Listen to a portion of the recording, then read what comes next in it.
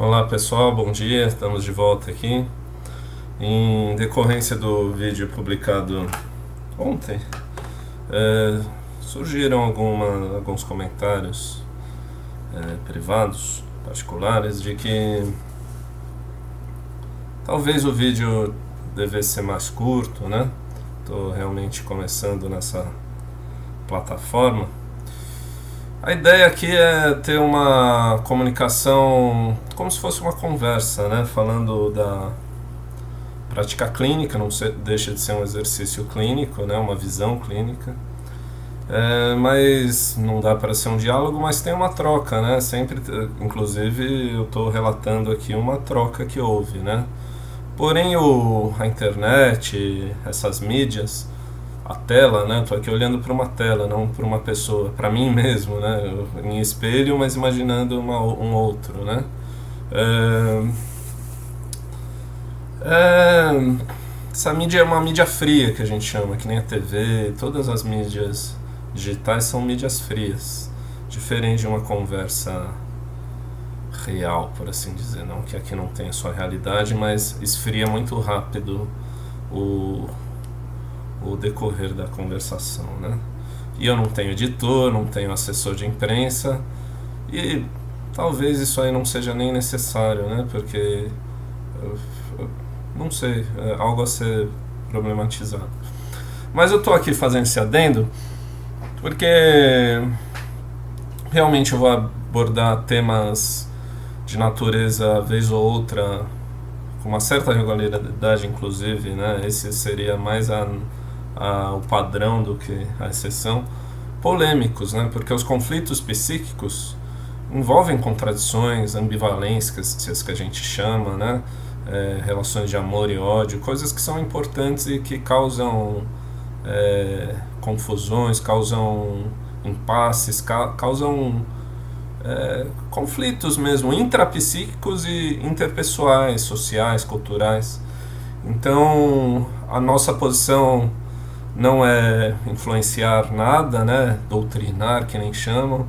Também não tenho esse respeito, né? Também tem isso a psicologia, também não vai buscar julgar nada e nem dizer o que é certo ou o que é errado. Todo mundo tem o seu direito à sua crença, à sua ideologia, mas desde que aqui, né, seja possível um debate nessas moldes que o meio possibilita, que tem suas vantagens. Eu posso falar um público maior e, e praticar, né, a minha clínica nesse meio, né, não deixa de ser uma prática. Eu lembro que houve... Aí que tá, histórias contadas, né, a gente sempre perde a, a como é que eu posso chamar, a gente não tem realmente a fonte em si, né? Eu não sei se foi Mário de Andrade ou Carlos Drummond de Andrade ou Oswald de Andrade. Alguém disse, algum Andrade disse que, escritor, né? Que ele não tinha profissão. A profissão dele era quando ele escrevia. Sem escrever, o que ele era? O que é um escritor? Assim é um psicólogo. A gente só tem profissão atuando profissionalmente. A gente não faz nenhum trabalho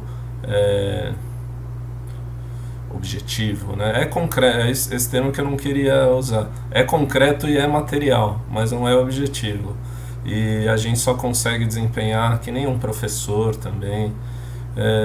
Às vezes um médico, ele pode, pela natureza do trabalho dele, ele pode, ou um dentista, enfim, outro profissional da saúde, pode ser mais apropriar-se de uma identidade profissional, né? Falar, eu sou um médico, eu estou psicólogo quando eu exerço a minha profissão. O médico tem um protocolo, então ele tem um rumo. Nós também temos nossa base, né? Mas a atuação envolve outros fatores, que nem Freud disse, é como se fosse um jogo de xadrez. A gente sabe as regras, né? O profissional sabe as regras e como não infringi-las, né? Porém, o jogo não segue um modelo protocolar, né? E diferente dessas outras profissões que têm interação com o público, com os outros, é necessário também todo um cuidado, porém segue um protocolo, segue procedimentos mensuráveis, não que nós não sigamos, mas o que eu quis dizer é que de outra natureza. Enfim, fiz outro parênteses no parênteses, né? O que eu queria dizer é que aqui é uma forma, agora estamos num período um pouco de recesso, né? Não eu não estou de recesso, mas justamente por depender de outros para exercer minha profissão, estou com umas janelas, e isso é uma forma de continuar exercendo minha profissão nessa nova forma, né? Nova, velha, né? Nova para mim, e que tem suas vantagens e desvantagens, coisa da realidade, princípio da realidade. E o que eu queria dizer é que a gente não vai se eximir de entrar em polêmicas, não direcionando nada, porém sempre seguindo um viés, né, digamos assim, de que problematizaremos sem julgar e porém também seguiremos algo que é do código de ética, de que é defender os direitos humanos, né? Ter posturas num, num estrito, num senso mais estrito, né? Indo por esse viés, né? Já se colocando, não se eximindo, antifascistas, tá? O fascismo é um problema atual e a gente tem que se colocar contra isso. Nada partidário, nem nada disso, mas nas nossas problematizações. E o fascismo tem a sua natureza na direita, né? O puro sangue dele é na direita. Porém, como diz Foucault, nós vivemos permeados por uma sociedade que tem muito de fascismo, de opressão, repressão e de recalques. Né? Que nem eu falei, são princípios do contrato social, do vínculo social melhor, né? Do que usar os contratualistas, que são dignos e merecedores de muitas críticas, né?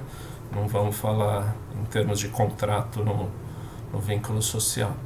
Mas existe o que em psicanálise a gente chama, René Caes chama, de pacto denegativo. Muitas dessas hipocrisias do sistema, do vínculo social, da sociedade, da cultura, das normas, né, digamos assim, que nós, enquanto psicólogos, sempre questionamos, vem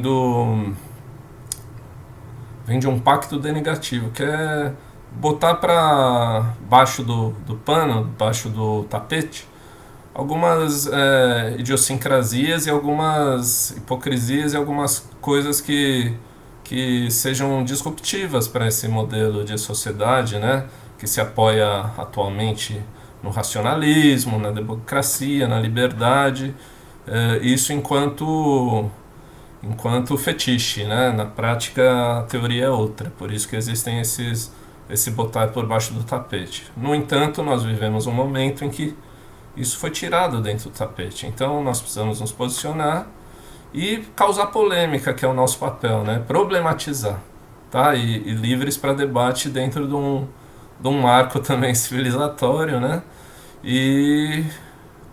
Porém também se restringindo em entrar em algumas questões que não façam parte, tanto vindas de um lado como de outro, né? Isso que eu acho que eu acabei interrompendo por aí. O fascismo tem a sua natureza de direita, porém que nem eu falei do Foucault, nós somos permeados desde que nós nascemos por conteúdos ambivalentes já vindos inconscientemente até e conscientemente depois, vindos da própria sociedade. Esse pacto denegativo, a gente entra em contato com isso ainda que inconscientemente, quando a gente se torna membro dessa sociedade, é criado nessa sociedade, é acolhido da forma que a sociedade acolhe. Nós fazemos parte dessa sociedade, nós entramos nesse pacto. Então, várias coisas que estão por baixo do tapete estão por baixo do tapete, mas estão. Então, nós fazemos parte disso, tendo um viés de um lado ou de outro, e portanto, há repercussões também dos dois lados desse mesmo espectro. Então há também posicionamentos bastante, podemos chamar, né, com uma flexibilidade, que é a nossa ideia é flexibilidade, fascistas, inclusive, do que é chamado de esquerda, né?